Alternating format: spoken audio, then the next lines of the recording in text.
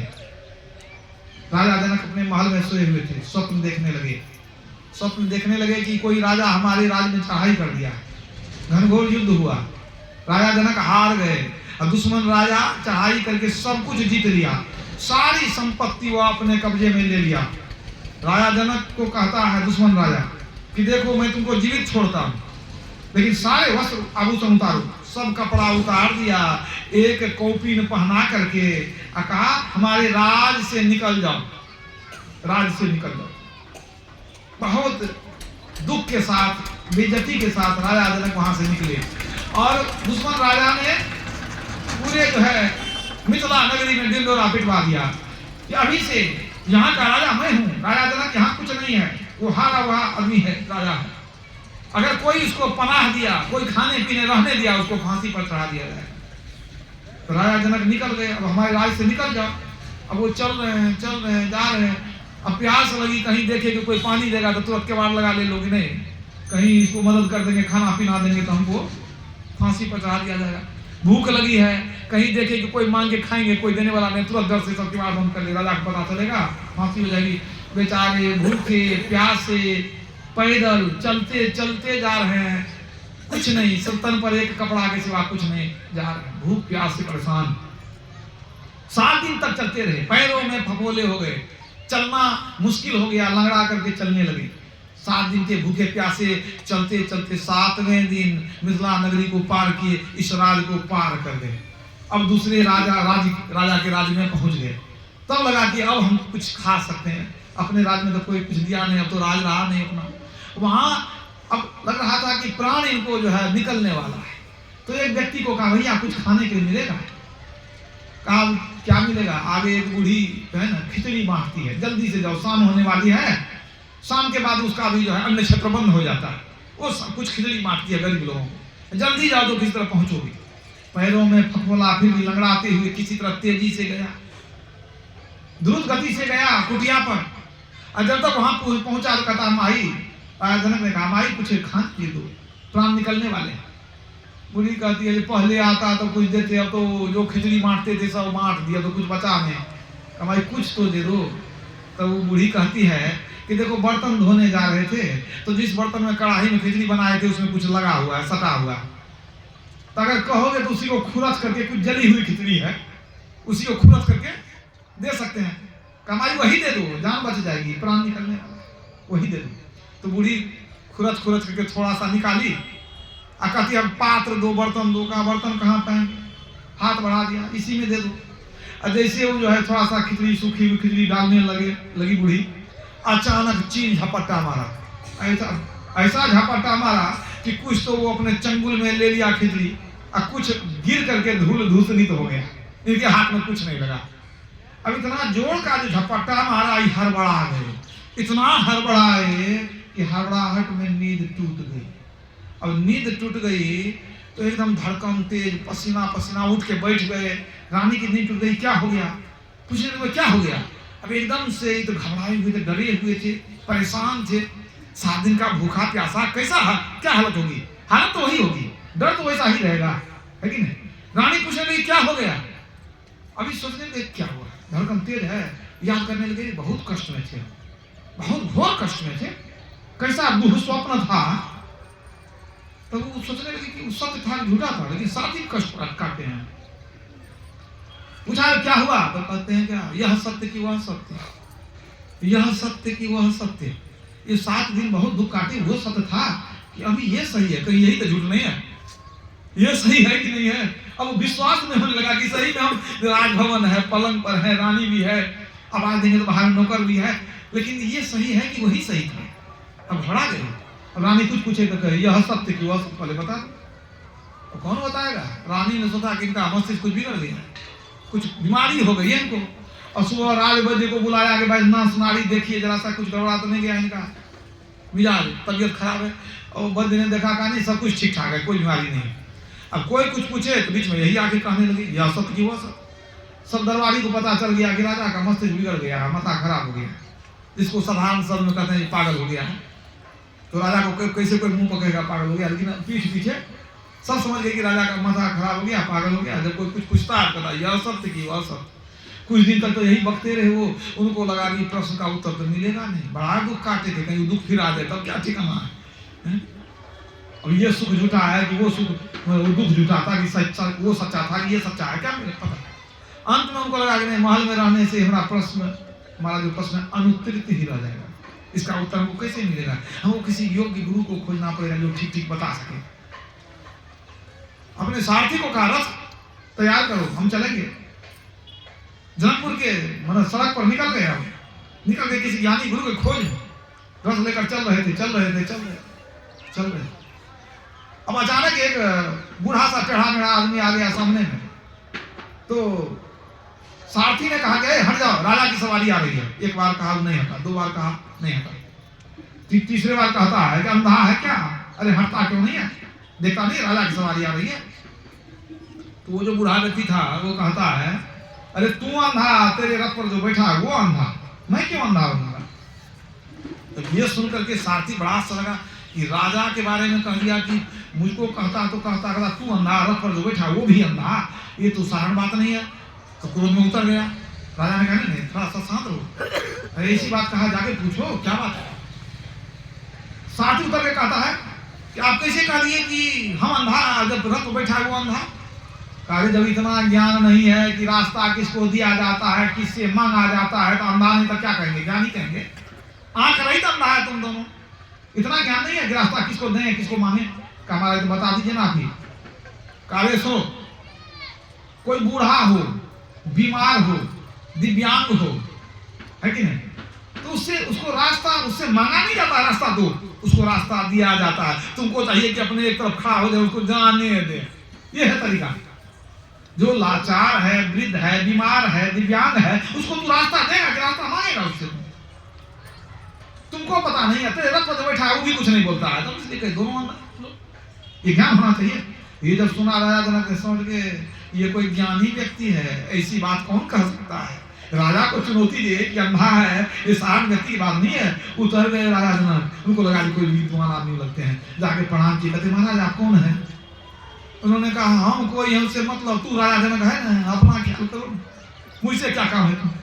कहा नहीं महाराज, हम जानना चाहते हैं, हम कुछ प्रश्न लेकर के निकले हैं कि कोई हमारे प्रश्न का उत्तर दे। कहा मतलब तू गुरु के खोज में निकला है। कहा गुरु के खोज में निकले। अब देखिए वो जो चढ़ा मेढ़ा व्यक्ति था, बीमार व्यक्ति कौन था, अष्टावक्र मुनि थे, वो थे अष्टावक्र मुनि। तो अष्टावक्र मुनि ने कहा कि तुम गुरु की खोज में निकले हो, और गुरु जब मिल जाए तो उसको कहाँ बैठाओगे, आपने तो रथ पर बैठा है, एक ही आदमी का बैठने का जगह है, रथ बैठ के आते हैं। कहा गुरु मिल जाएंगे तो हमको ऊपर बैठाएंगे, हम पैदल चलेंगे उनके पीछे पीछे। अष्टावक्र मुनि ने कहा ठीक है, तो हमको बैठाओ ऊपर में। और तुरंत नतमस्तक हो गए, चलिए कोई तो मिल गए जो हमको ज्ञान देंगे। महाराज आइए विराजिए, उनको ऊपर में बैठा दिए और अपने रथ के पीछे पीछे चल दिए पैदल। और ले करके कहाँ आ गए, दरबार में। दरबारी लोग दूर से ही देख लिया। कहा तो पहले समझ रहे थे ये पागल है, लेकिन ये पूरा पागल हो चुके हैं। एक बूढ़ा बीमार आदमी को, पागल को, किसको ऊपर में बैठा रखे हैं, भिखारी को, अपने पैदल आ रहे हैं। लगता है सही में दिमाग पूरा का हो गया है। राजा पैदल हो, अपने जगह पर कोई भिखारी ऐसा आदमी को बैठा दिया। अब जैसे वो रथ रुका तो उनको कहते हैं आइए महाराज विराजिए। ले गए उनको आसन और विराजमान किए। अब जब वो अष्टावक्र मुनि को अपने आसन पर बैठा दिए, राजा जनक नीचे बैठ गए। अब और लोगों को चिढ़ हो गई, किसको बैठा दिया ऊपर में, ऐसा आदमी कभी देखे नहीं। जोर जोर से सब हंसने लगे उनको देख करके, अष्टावक्र मुनि को देख करके खूब हंसने लगे सब। हंस करके जब सब चुप हो गए तब अष्टावक्र मुनि हंसने लगे। ये भी खूब हंसे, ये हंस करके ये भी चुप हो गए। तो दरबारी लोग जितने थे सब पहले हंसे थे। तो इन्होंने पूछा कि महाराज आप जो ऊपर में बैठे हुए हैं तो आप हंस क्यों रहे इतना। अष्टावक्र मुनि ने कहा कि हंस तो रहे हैं, लेकिन पहले कौन हंसा, पहले तुम ही लोग हंसा, बाद में हंसे हैं। तो पहले जब तू हंसा है तो पहले ये बताओ तुम लोग क्यों हंसा है, पहले तुम अपना बताओ तो हम बताएंगे। फिर हंसने लगे वे लोग। हंसते हंसते कहते महाराज इतनी आयु हो गई हमारी, हम लोगों की, लेकिन इतना विचित्र प्राणी कभी देखे नहीं थे, इतना टेढ़ा मेढ़ा आदमी कभी देखे ही नहीं थे। तो ऐसा आजू आदमी देख करके हम लोग हंसने लग गए। तो हम तो बता दिए, अब आप बताइए आप क्यों हंसने लगे। तो अष्टावक्र मुनि कहते हैं हमारे हंसने का भी कारण है। हम बहुत बड़ाई सुने थे राजा जनक का और राजा जनक के दरबार का। सुने थे कि बड़े बड़े पंडित, ज्ञानी, ब्रह्मज्ञानी, ब्राह्मण लोग रहते हैं राजा जनक के दरबार में, जो आत्मा और ब्रह्म का विवेचन जानते हैं। लेकिन हम जब यहाँ पहुंच गए तो पता चल गया कि यहाँ कोई ब्राह्मण नहीं है, आत्मज्ञानी नहीं है, सबके सब यहाँ चमार बैठे हुए। तो ये जब जान गए, इसीलिए हमको हंसी लगी कि देखो हम क्या समझते थे, विद्वान पंडित ऐसा चमार यहाँ जमा हो गया, मतलब कि राजा जनक के दरबार में कोई ज्ञानी पंडित ब्राह्मण नहीं, कोई आत्मज्ञानी पुरुष नहीं, इसलिए हमको हंसी लगी। अब ये बात सुन करके जितने ब्राह्मण लोग थे सब कुपित हो गए, क्रोधित हो गए। महाराज जी हमारा अपमान है, हमारा अपमान है, बताइए हम लोग इतने बड़े बड़े शास्त्रज्ञ हैं, कोई चतुर्वेदी कोई द्विवेदी हैं, हम लोग इतना शास्त्र पढ़े हुए हैं, वेद पुराण सब कुछ, हमको कहा गया है कि ये चमार हैं, ये बेइज्जती है हमारी। तब उन लोगों ने उठ करके पूछा, महाराज अष्टावक्र लोग कैसे आप कह दिए कि हम लोग चमार हैं, हम लोग ब्राह्मण नहीं है। अष्टावक्र ने कहा देखो जी, ब्राह्मण किसको कहते हैं? ब्रह्म जानाति ब्राह्मण, जो ब्रह्म को जाने, आत्मा परमात्मा का विवेचन जाने, ईश्वर के अंश आत्मा को जाने और वो जो पुरुषोत्तम परमात्मा है उसको जाने, उसको ब्राह्मण कहते हैं। ब्रह्म जानाति ब्राह्मण, ब्रह्म को जानने वाला ब्राह्मण होता है। चरणदास जी महाराज की वाणी है, ब्राह्मण सोई जो ब्रह्म पिछाणे, बाहर जाता भीतर आने, पांचों वश करी असत्य न भाग है। पांचों इंद्रियों को वश में रखता है, पांचों वश करी असत्य न भाग है। दया जनेऊ हृदय राखे, आत्म विद्या पढ़े पढ़ावे, परमात्म का ध्यान लगावे, काम क्रोध मद लोभ न होई। चरणदास कहे ब्राह्मण सोई, तो ईश्वर का ध्यान करता हो, पांचों इंद्रियों को वश में रखता हो, हृदय में दया रखता हो, सदाचार का पालन करता हो, वो ब्राह्मण। तो देखो ये आत्मा को जानने वाला, ब्रह्म को जानने वाला ब्राह्मण होता है, ठीक है। तो पहले तो हम समझते थे कि आप लोग ब्राह्मण हैं तो आत्मा परमात्मा को जानते हैं, लेकिन यहाँ आने के बाद पता चल गया कि आप लोग चमार हैं। कैसे? तो आप लोगों ने तो आत्मा की पहचान की नहीं। आप लोगों ने क्या पहचाना? आप हमको देखे तो आपने देखा कि इसका हड्डी, इसकी हड्डी टेढ़ी मेढ़ी है, चमड़ा खराब है, चेहरा खराब है। तो हड्डी और चमड़े की पहचान करने वाले को क्या कहेंगे? ब्रह्म को पहचान करे ब्राह्मण, हड्डी चमड़ा को पहचाने तो चमार। इसीलिए हमने कह दिया कि सबके सब चमार। फिर अष्टावक्र मुनि ने ज्ञान दिया, आप लोग कान खोलकर सुन लीजिए। नदी टेढ़ी मेढ़ी हो सकती है, नदी का जल टेढ़ा मेढ़ा नहीं होता है। ईख जो है गन्ना, वह टेढ़ा मेढ़ा हो सकता है, उसका रस कभी टेढ़ा मेढ़ा नहीं होता है। उसी तरह ये पांच तत्व का अधम शरीर टेढ़ा मेढ़ा हो सकता है, इसमें रहने वाली आत्मा वो शाश्वत है, वो आपके अंदर जैसा है वैसा मेरे अंदर है, कोई अंतर नहीं, वो टेढ़ी मेढ़ी नहीं होती है।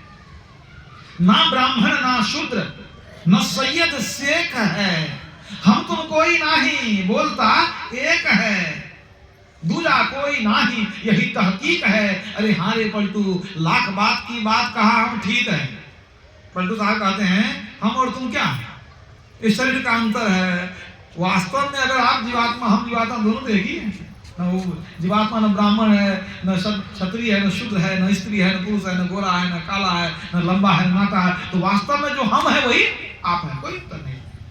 क्या भेद? कोई भेद नहीं है। ये ज्ञान उनको दिया। अब जब ज्ञान दे दिया तब फिर जब चुप हो गए अष्टावक्र मुनि, तब वे जनक जी पूछते हैं नजदीक में जाकर के, हुजूर यह सत्य कि वह सत्य? वो तो दिमाग में घूम ही रहा था ना, उनका प्रश्न का उत्तर कहाँ मिला? तो वो अष्टावक्र मुनि कहते हैं, अच्छा राजा जनक, तू रात में स्वप्न देख रहा था, स्वप्न में तूने देखा कि दुश्मन राजा चढ़ाई कर दिया, तुमको जीत लिया, तुमको राज से निकाल दिया, तू 7 दिन तक भूखा प्यासा नंगा पांव चलता रहा। कहा महाराज बिल्कुल ठीक, अंतर्यामी थे ना, सब जान गए, बिना बताए जान। कहा महाराज बिल्कुल सही कह रहे हैं। कहा तो 7 दिन के बाद जब भूख से तेरी प्राण निकलने लगी, तब तुम एक बूढ़ी माई के पास गया खिचड़ी मांगने के लिए, वो तुमको थोड़ा सा खिचड़ी, जली हुई खिचड़ी देने लगी, और जब तुम खाने के लिए लेने के लिए हाथ बढ़ाया तो चिल झपटा मारा, और कुछ तो वो ले गया, कुछ गिर गया मिट्टी में, खिचड़ी गिर गई मिट्टी में। बात सही है? कहा महाराज बिल्कुल सही है। तो अब यही बता दीजिए वो सत्य की यह सत्य। जनक ने समझाया, जो समझाया तो हम लोग भी कुछ जान लेंगे। अष्टावक्र मुनि जब समझा रहे हैं तो जो ज्ञान उनको मिल रहा है वही ज्ञान हमको आपको मिल रहा है। तो उन्होंने समझाया, कि तुम ये बताओ कि तुम जब भूख प्यास से परेशान थे, 7 दिन से एकदम बीमार परेशान हो चुके थे, और खिचड़ी तुमको जो वहाँ मिली थी, बहुत कष्ट में थे। कहा महाराज बहुत कष्ट में थे। कहा तो उस समय ये राजपाट जो है, ये सब धन दौलत पत्नी ये सब था कि नहीं वहाँ? कहा नहीं महाराज, वहाँ कुछ नहीं था। वहाँ तो माना कष्ट के सिवा कुछ नहीं, गरीबी, कष्ट, भूख प्यास यही थी, वहाँ कुछ नहीं, कोई सुख वहाँ नहीं था। कहा तो वो जो दुख में था जब तुम, तो ये महल ये सुख कुछ नहीं था। कहा ठीक है, हाँ ये बात सही है। और जब तुम्हारी नींद टूटी तो तू कहा था? कहा तो हम देखे कि हम राजपाट सब कुछ है यहाँ। तो कहा जब नींद टूट गई तब जो तुम महल में था, तो उस समय जो है तो पहले का वो दुख था कि नहीं वहाँ पर? भूख प्यास या खिचड़ी वगैरह कुछ थी कि नहीं? कहा नहीं महाराज, अब जब नींद टूट गई तो न भूख न प्यास न खिचड़ी न बूढ़ी कुछ नहीं था। कहा अच्छा एक बात है कि जब तुम वहां दुख में था तो ये सुख नहीं था, जब तू स्वप्न में था तो ये राजपाट नहीं था। अब तुम राजपाट में देख रहे हो तो वह स्वप्न नहीं है कि नहीं? मतलब क्या है कि ये एक समय ये है, एक समय वो है। जब वो है तो ये नहीं है, जब ये है तो वो नहीं है ना? लेकिन एक बात बताओ, अब तू वहां था कि नहीं? कहा हम तो वहां भी थे। अब तू नींद टूटा तो तुम थे कि नहीं? कहा हम यहाँ भी थे। मतलब देखो, वो यहाँ नहीं है, यह वहां नहीं है, लेकिन तुम वहां भी हो, तुम यहाँ भी हो। मतलब न यह सत्य न वह सत्य, एकमात्र तुम सत्य। श्री सद्गुरु महाराज यही है ईश्वर अंश जीव अविनाशी। अविनाशी सत्य माने सत्य सोई जो विनाश नहीं, जिसका कभी विनाश नहीं हो उसी को सत्य कहते हैं। जिसका कभी विनाश नहीं वो सत्य है। तो ये जो जीव है यह बिल्कुल सत्य है।